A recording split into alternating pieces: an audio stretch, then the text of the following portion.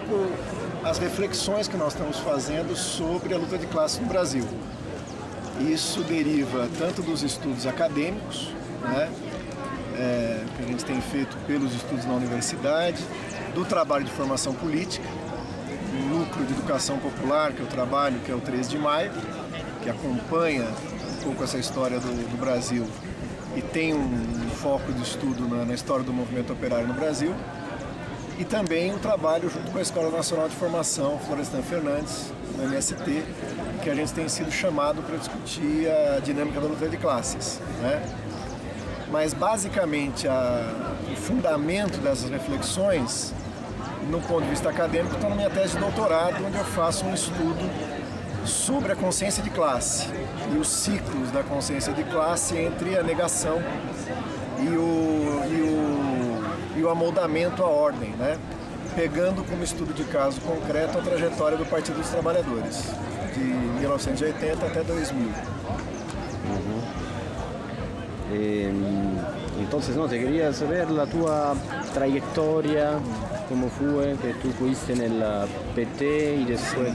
Então, eu comecei minha militância na década de 70, ainda nos últimos anos da ditadura militar, né, no movimento estudantil e junto ao Partido Comunista Brasileiro, que na época passava por um processo bastante intenso de discussões por conta das divergências no Comitê Central apresentada pela Carta dos Comunistas do Luiz Carlos Prestes.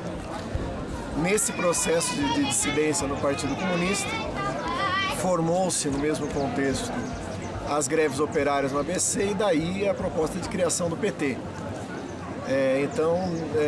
Nesse momento eu rompo com o Partido Comunista e vou participar da construção do PT desde 1980, desde o início. Participei da construção do PT, cheguei a ser da direção do partido ligado à formação política, né, direção estadual, municipal e do Coletivo Nacional de Formação.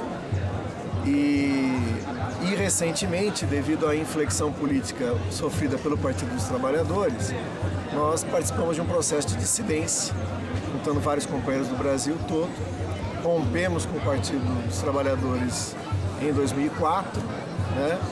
E aí regressei novamente ao Partido Comunista Brasileiro, que por uma coincidência nesse mesmo momento fazia o seu 13º Congresso e também rompia com o governo Lula pela inflexão política à direita que ele descrevia.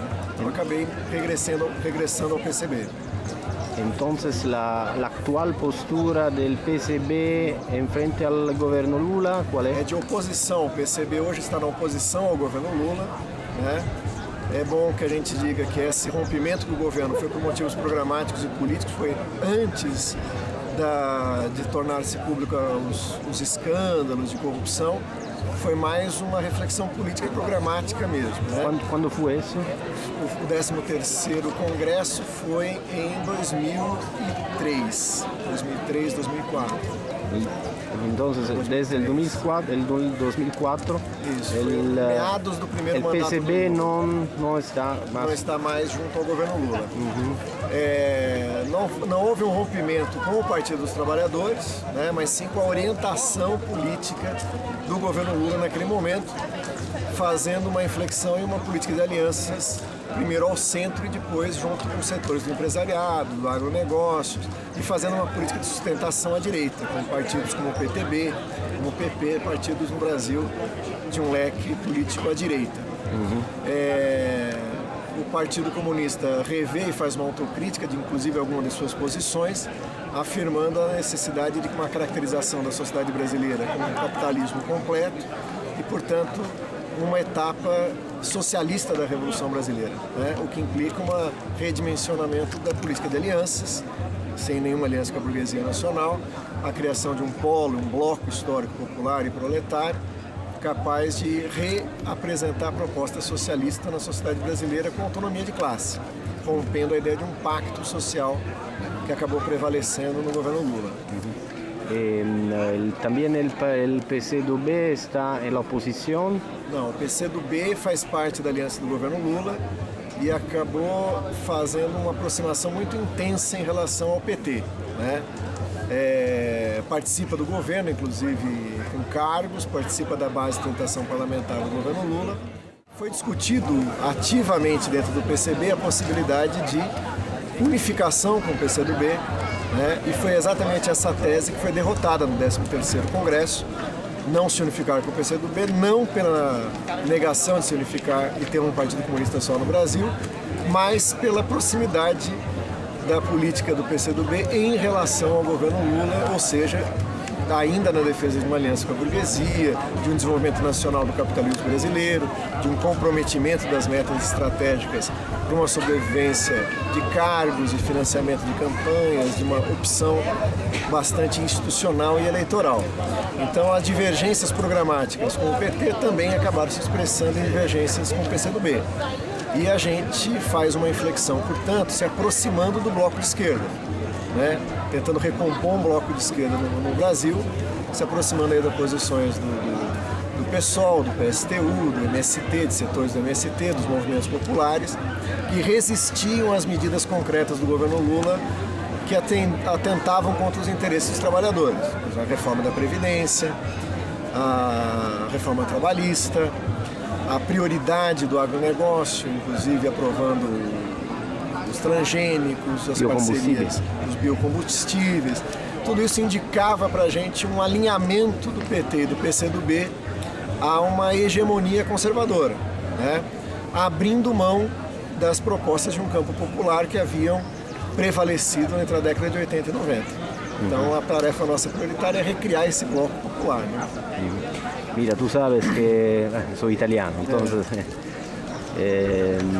lo que quería pedirte cuál piensas tú que es el aporte del pensamiento de Gramsci all'interno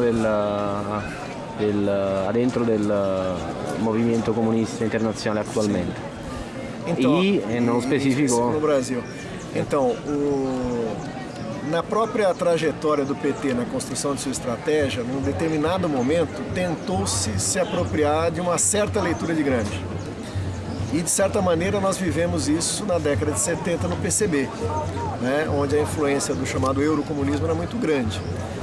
No entanto, a leitura de Gramsci que se trazia para a gente, até por conta dos seus tradutores para o português, etc., era um Gramsci bastante enfatizado no aspecto de disputa no interior da sociedade civil e quase que transformando a categoria de hegemonia numa justificativa central do abandono da perspectiva de uma ruptura revolucionária, ou seja, uma justificativa de uma estratégia praticamente moldada a uma opção institucional, eleitoral e de convivência nos moldes e nos limites da institucionalidade burguesa.